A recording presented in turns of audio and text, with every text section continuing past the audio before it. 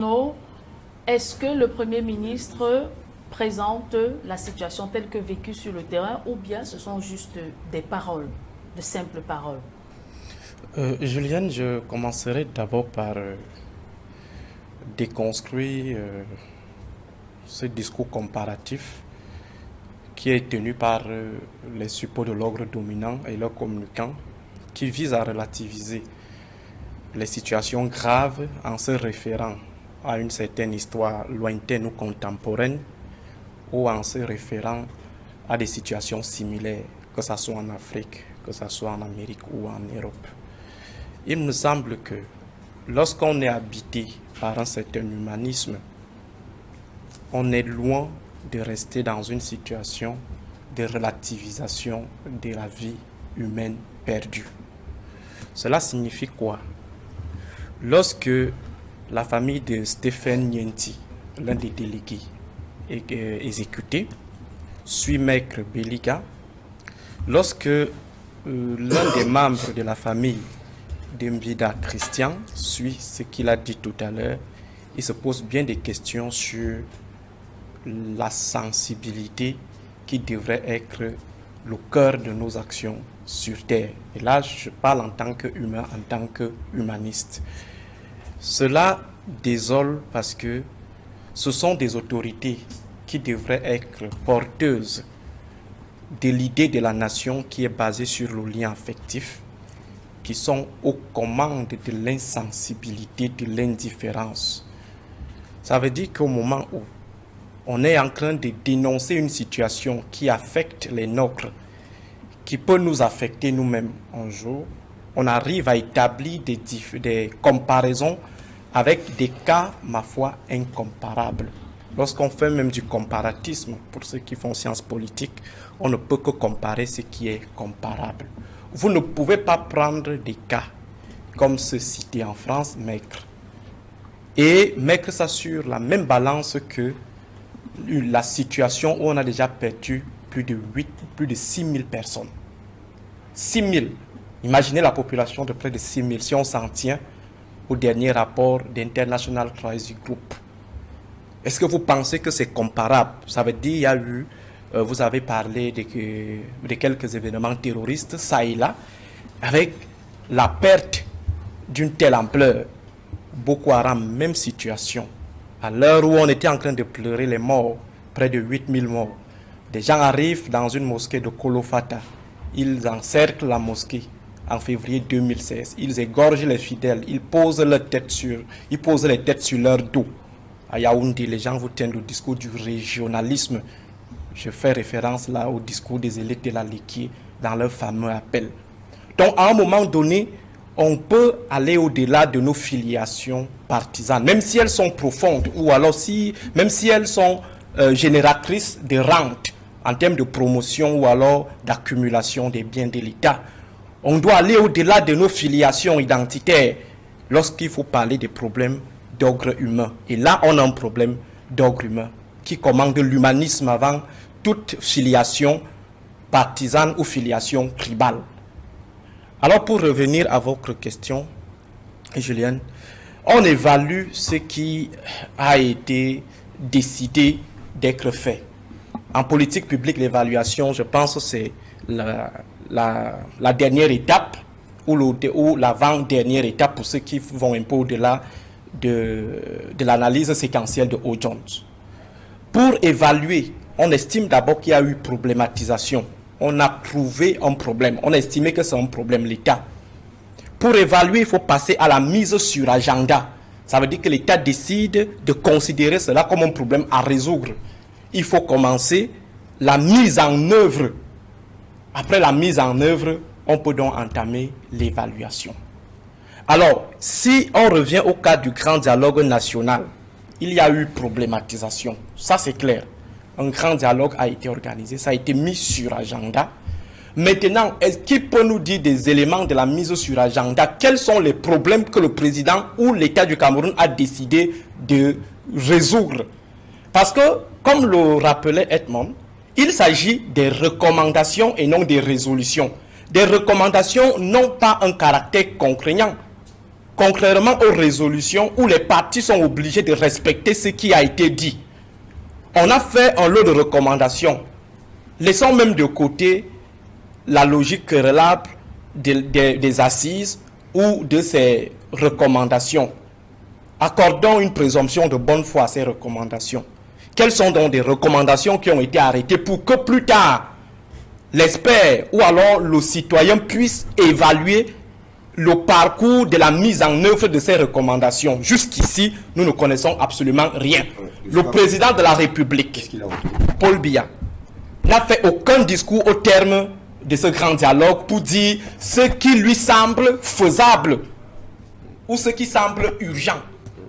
Le Parlement camerounais n'a rien dit à propos de ce qui allait être finalement retenu et faire l'objet de la priorité de l'État. Finalement, qu'est-ce qu'on évalue? On est tout simplement dans la navigation à vue. Parce qu'on ne sait pas sur quelle base on peut évaluer le gouvernement. Le gouvernement n'a pris aucun engagement. Il y a eu des recommandations. Le gouvernement ne vous a pas dit ce qu'il va finalement faire. Le président a réagi à travers un tweet en disant que cela se fera en fonction des possibilités. Et personne ne sait ce qu'il met dans possibilité. C'est comme dans la progressivité qui peut être éternelle, éternitaire. On vous dit on fera progressivement, on ne sait pas quand est-ce qu'on va finalement arriver avec la progressivité. Donc il me semble qu'aujourd'hui, on ne peut pas évaluer le gouvernement sur la base du grand dialogue national, mais plutôt sur la base de ce qu'un État devrait normalement faire lorsqu'il se retrouve dans une situation de perte de près de 6 000 de ses citoyens. Qu'est-ce que le gouvernement a fait?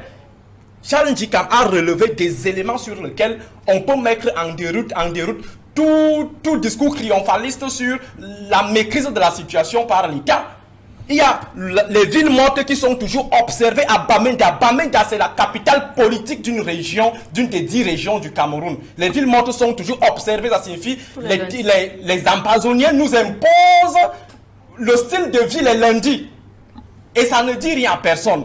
Vous avez aujourd'hui la question des réfugiés, la question des déplacés internes. Vous avez également ces lots de morts. Ces lots de morts avec ce drame qu'on a vécu du côté du département du Ndian avec ces délégués départementaux. Donc je dirais que pour le moment, on ne peut pas évaluer le gouvernement sur la base du grand dialogue national parce qu'il n'a pris aucun engagement. Peut-être sur la responsabilité d'un État qui se trouve en situation de crise. Maître Kodiliga. Je voudrais dire une chose, il n'y a pas le monopole de sensibilité. Personne n'a ce monopole, surtout pas ceux qui pensent qu'ils l'ont. Vraiment, c'est honteux. Vous ne pouvez pas sur un plateau de télévision passer votre temps à injecter, à parler d'une personne, dans vos co-panélistes, et l'envoyer à la vedette populaire. Il est insensible, il est content que les gens meurent. Je l'ai dit ici sur ce plateau. Mais votre comparaison, vous taisez. Quand vous parliez, je n'ai pas répondu. Vous me laissez continuer. Lorsque je dis qu'une bombe qui tombe, tu es indifféremment de RDP sur RDS, ça veut dire quoi? Moi, je ne suis pas dans les logiques de vos partis. Messieurs, si vous pouvez vous taire, ça serait bien. Allez-y, maître, allez-y. Parce que je ne peux pas comprendre que vous pensez un seul instant que vous pouvez venir dire que vous êtes plus sensible. Rattrapez-vous, mec. Mais taisez-vous. Rattrapez-vous. Mais je vous demande de vous taire. Ça ne veut rien dire. Mais laissez-moi faire mon de vous, monsieur. Je vous en prie, maître Biliga, allez-y. Allez-y. Je dis donc qu'il n'y a aucun monopole de sensibilité. Les gens qui viennent faire ce que j'appelle la nécropolitique, ils se font sur la douleur des autres, de ceux qui ont perdu leurs parents. Pour venir dire, oui, nous sommes sensibles, nous sommes avec vous, demain, il faudrait venir nous voter. Portez votre casque d'homme politique et venez le dire ouvertement. Cessez de vous dire que vous êtes analyste. Vous n'êtes aucun analyste. Qu'est-ce que je dis par rapport à ce que j'ai pris comme exemple? J'ai dit qu'il n'y a nulle part au monde, je le répète, où il y a la sécurité à 100%.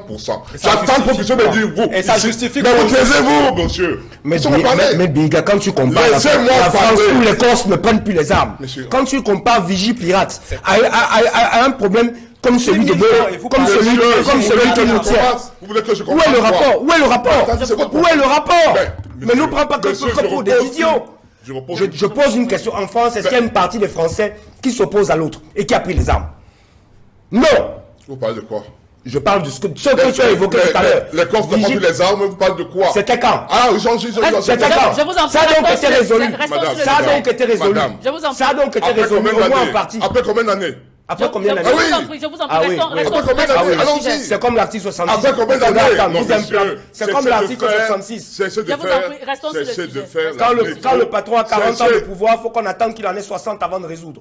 Il a déjà résolu quoi? Je vous en prie, pendant les 40 ans, celui que vous jurez, vous considérez comme votre Dieu. Il y a fait au moins 30 ans. Taisez-vous donc. Il a participé à cette restons sur le sujet, je vous en prie. L'État vous appartient. L'État vous appartient. Tous les fonctionnaires vous appartiennent. Arrêtez de dire ça. Mais ce n'est pas sur tous les plateaux qu'il y a que des imbéciles. Monsieur. Celui dont vous partez était fonctionnaire de l'État. Et on avait les qualifications. Monsieur. Bon sang. Vous savez ce qu'on appelle le C'est vous qui pensez que l'État vous appartient. Il ne vous appartient pas. Vous ne pourrez pas travailler dans un système. Quel système? Continuer à travailler même à temps. Donc là où tu es, toi tu es comptable. Pendant là où que vous tu es le là, faites. toi qui fait partie de l'État et RDPC, tu es comptable. Il te demande quelque chose. À part venir sur le plateau de télévision, tu es comptable de quoi? Permettez, Chandikam, je vous en prie, permettez que Maître Biliga place un mot. Madame, vous voyez, avançons dans les gens qui veulent diviser le Cameroun. Allons-y, Maître. Ils sont incapables. On est dimanche aujourd'hui, ayez peur au moins de Dieu. Ayez peur au moins de Dieu le dimanche. Des gens qui veulent diriger le Cameroun qui sont incapables d'écouter quelqu'un d'autre. C'est comme ça qu'on va vous dire qu'ils font des comparaisons. Vous écoutez? Ils font des comparaisons. Vous écoutez? Les camarades que j'ai allez-y. c'est parce qu'ils ont voulu être... Vous les avez écoutés? Vous parlez d'écouter les autres. Non-sens. Madame. Oui, allez-y, Maître. Par rapport au sujet à l'ordre du jour, je tiens à indiquer qu'il y a eu la CAN qui a eu lieu dans le sud-ouest. La CAN de football, il n'y a pas très longtemps. Est-ce qu'on fait la CAN dans un pays où il y a la guerre? Où il y a la guerre vraiment totale, comme il veut nous faire croire. Bientôt, le gars qui était, je crois, derrière moi, à l'extrême nord, la FENASCO aura lieu au sud-ouest l'année prochaine. Je ne dis pas qu'il n'y a pas de troubles au nord-ouest sud-ouest. Que ceux qui viennent de dire ici n'ont qu'à faire leur nécropolitique. Je dis qu'il y a des troubles. Mais que ces troubles, il faut être de mauvaise foi pour ne pas comprendre que le niveau de troubles qu'il y avait à l'époque, il y a là 7 ans ou 6 ans, n'est plus le même aujourd'hui. Que d'une manière progressive, la paix y revient et que nous devons tous contribuer pour que cette fête soit stable. Au lieu de venir ici, pointer du doigt les gens pour dire eux sont contre eux, n'ont pas de sensibilité. C'est faux. Ne faisons de faire la nécropolitique. Et je dis ceci, moi je n'ai jamais été fonctionnaire, j'ai été pendant quelques mois, à 25 ans, j'ai démissionné de la fonction publique. Ceux qui ont travaillé avec Béa Podilla pendant 30 ans sont comptables au moins du parti, du travail du président Podilla, qui ne viennent pas vous dire que, parce qu'ils sont fonctionnaires. Vous savez ce qu'on appelle le spoil system? Dans certains pays, ça existe. En Angleterre par exemple, où lorsqu'on vient avec son gouvernement, on travaille au pouvoir, on travaille avec ceux qui appliquent la politique du gouvernement. Si vous ne vous sentez pas bien dans la politique, vous ne l'appliquez pas, vous sortez. Je tiens à dire, pour ceux qui ne le savent pas, qu'il y a un ministre dans cette République qui a été nommé ministre, qui a refusé d'être ministre des partis. Il s'appelait Nana Sika. Rien ne lui a fait. Je tiens à dire ici qu'il y a un ministre qui a démissionné, qu'on appelle le ministre Gaga Amanadi. Sa femme était proviseure d'un lycée. Elle a démissionné. Qu'on ne vient donc pas me dire aujourd'hui, quand quelqu'un qui n'a pas démissionné, qui est resté pendant l'année, doyen ministre, qui est dans la femme a été ministre plénipotentiaire, qui a bénéficié de tout ça, n'a pas participé à la marche du pays. Il ne faut pas donner n'importe quoi. La politique, le fonctionnaire n'est pas... Un ministre n'est pas fonctionnaire. Un ministre, c'est la politique. C'est un homme politique. Et s'il accepte de travailler dans un gouvernement, ça veut dire qu'il accepte cette politique. Je ne dis pas que c'est un crime. Mais je dis que lorsqu'on le fait, on assume. On ne vient pas dire 40 ans de curantisme, on n'a jamais rien fait, etc., etc. On assume cette partie-là. C'est ce que je voulais dire par rapport à ça.